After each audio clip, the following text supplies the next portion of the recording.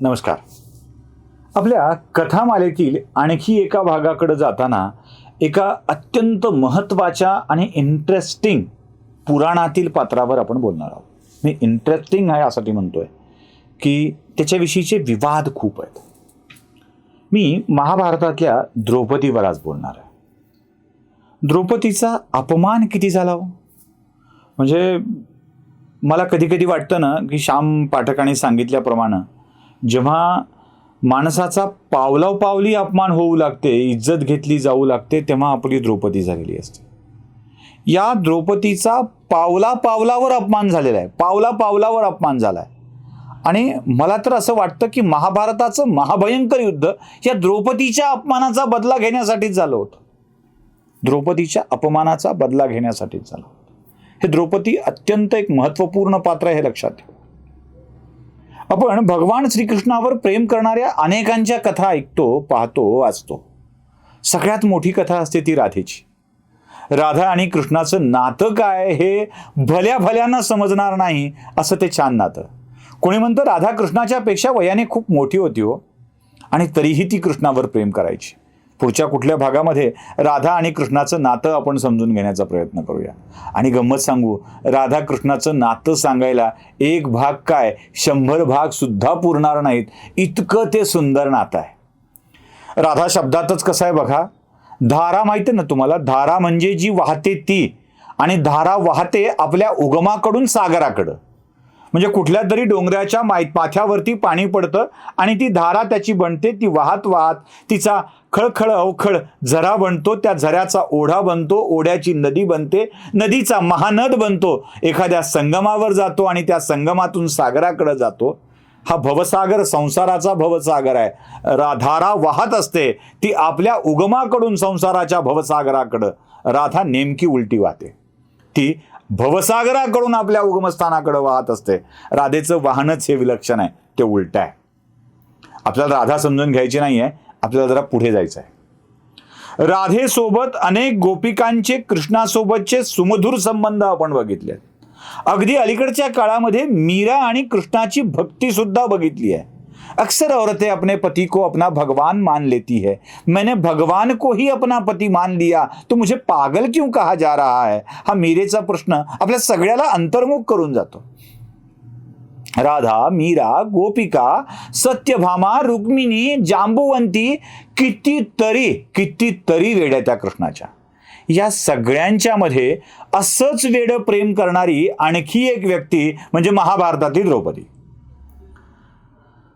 कृष्णाचं बोट चिरल्यावर आपला भरजरी शालू फाडून त्या बोटाला बांधणारी द्रौपदी कृष्णाची, तिला तो कृष्ण म्हणायचा ना. द्रौपदीचं नाव तिला द्रौपदी म्हणून कधी हाक मारलंच नाही, कृष्ण म्हणायचा. ती कृष्णाची बहीण नव्हती, ती कृष्णाची सखी होती, मैत्रीण होती. आणि हे नातच विलक्षण होतं बघा, नातच विलक्षण होतं.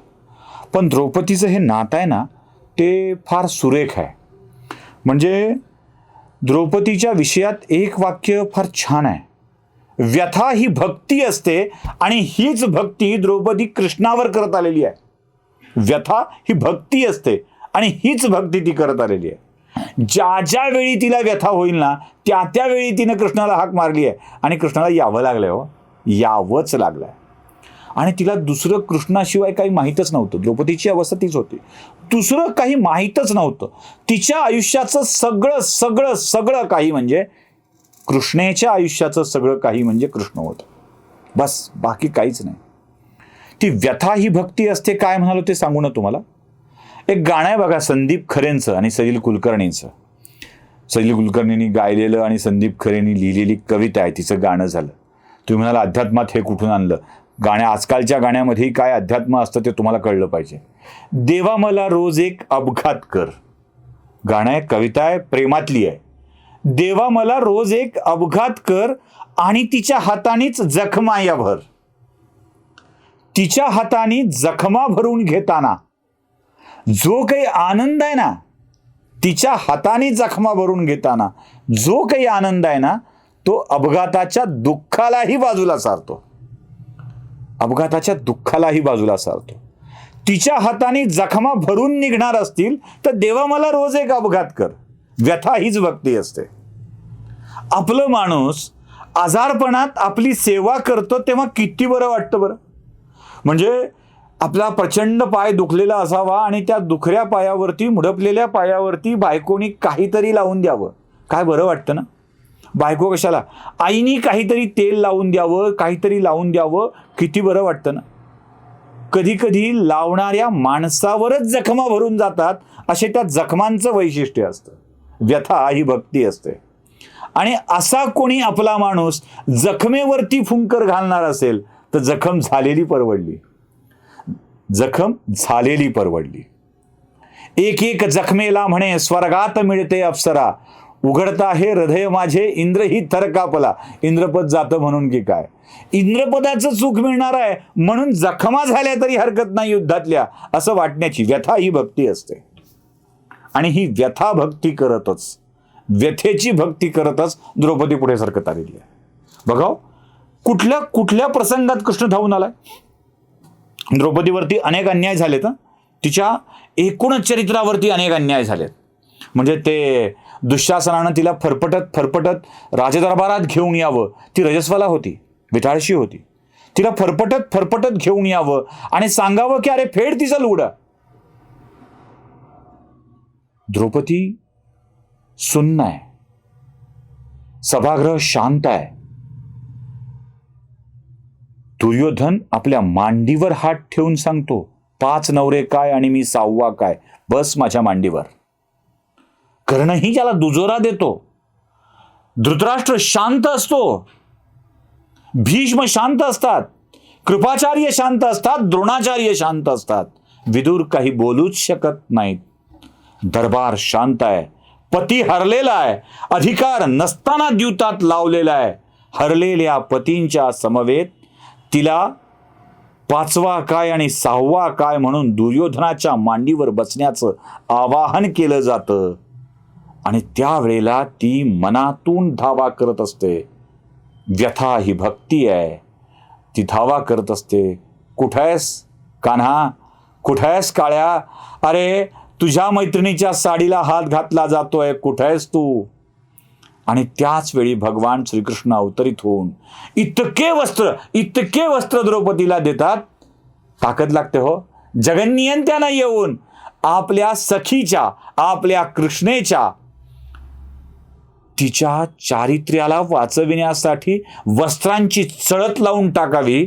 व्यथेत द्रौपदीला वाचवायला धावत धावत कृष्ण तिथं येतो. कृष्ण वाचवणार असेल ना तर घालू देत ना साडीला हात. वाचवायला तो आहे जगन्नियंता, प्रत्यक्ष परमेश्वर. कधी नाही आला हो, कधी नाही आला. बघा ना, कर्णाने बाण उचलला, धनुष्य उचललं होतं. कर्ण त्या धनुष्याचा वेध घेऊन वर फिरणाऱ्या माशाचा डोळा कदाचित फोडू शकला असता. इशारा कोण केला? कृष्णानं. लग्नाच्या वेळी नवरा कोणता निवडावा हे ठरवायलाही कृष्ण. म्हणजे त्यानंच लिहिलं ना हे सगळं नशिबात. आणि त्यानंच सांगितलं ना, बाई तुला जेव्हा जेव्हा गरज पडेल तेव्हा तेव्हा मी तुझ्या मदतीला येईन, तेव्हा तेव्हा तुझ्या मदतीला येईन. काय भक्ती हो, काय प्रचंड भक्ती आहे. नाही, वनवासात गेली आणि वनवासात गेल्यावर ऋषींनी परीक्षा घ्यायचं ठरवलं. सांगून गेले द्रौपदी जेवायला येणार आहे, आंघोळ करून येतोस ना, स्नान संध्या आटपतो आणि तुझ्याकडे जेवायला येतो, जेवायची तयारी कर. द्रौपदीच्या अक्षय पात्रातलं शेवटचा कण संपलेला भाताचा एक तुकडा तिच्या भांड्यात उरलेला तिनं कृष्णाला आवाहन केलं. म्हणाली, ये रे काणा, ये, वाचव तुझ्या मैत्रिणीची इज्जत वाचव. आता ऋषी आले तर शाप देतील आणि मग काय होईल. कृष्ण आला आणि आल्यावर त्यांना द्रौपदीला काय विचारावं, खायला काही शिल्लक असेल तर दे. ती म्हणाली, आता काय डोंबलं शिल्लक आहे, या भातात एखादा भाताचा कण असेल तो बघ, जमला तर खा आणि काय करायचं ते कर मेले. त्यानं तो एक भाताचा कण खाल्ला आणि त्या एका भाताच्या कणात जगन्नियंत्याचं पोट भरलं. जगन्नियंत्या जगतपालकाचं पोट भरल्यावर ऋषींची काय विषाद आहे पोटात अन्नाचा एक कण घालायची. तेही तुडुंब पोटाने आशीर्वाद देत, आपलंच चुकलंय एवढ्या भरल्या पोटाने, जिटराणी केलं तर आता काय खायचं म्हणत म्हणत गपचूप निरोप देऊन निघून गेले. त्यावेळेलाही धावत धावत वाचवायला आला तो फक्त कृष्णच, तो फक्त कृष्णच. व्यथा ही भक्ती असते. आणि या भक्तीत आपल्या प्रियतमाशिवाय, प्रियतम हा शब्द वापरतोय तो कृपया उगाचच प्रियकर, लफडं, अफेअर या अर्थाने घेऊ नका.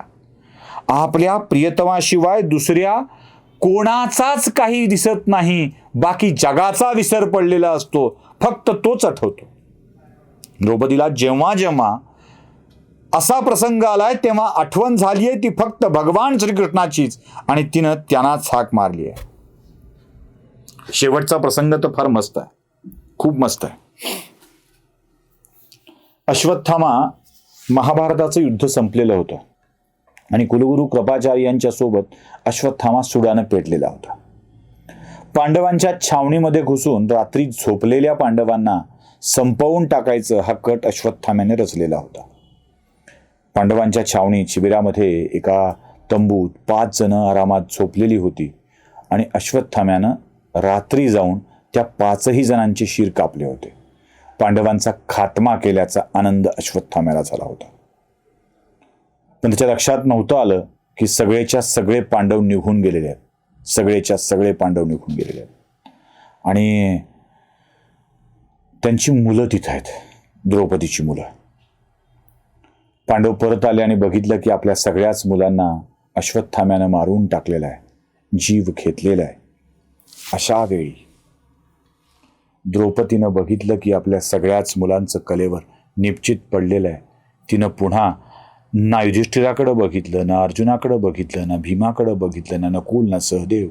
तिची नजर गेली भगवान श्रीकृष्णाच्याकडं आणि भगवान श्रीकृष्णाच्या आपल्या भाषेत गचांडीला पकडून ती म्हणाली, झालं का रे युद्ध?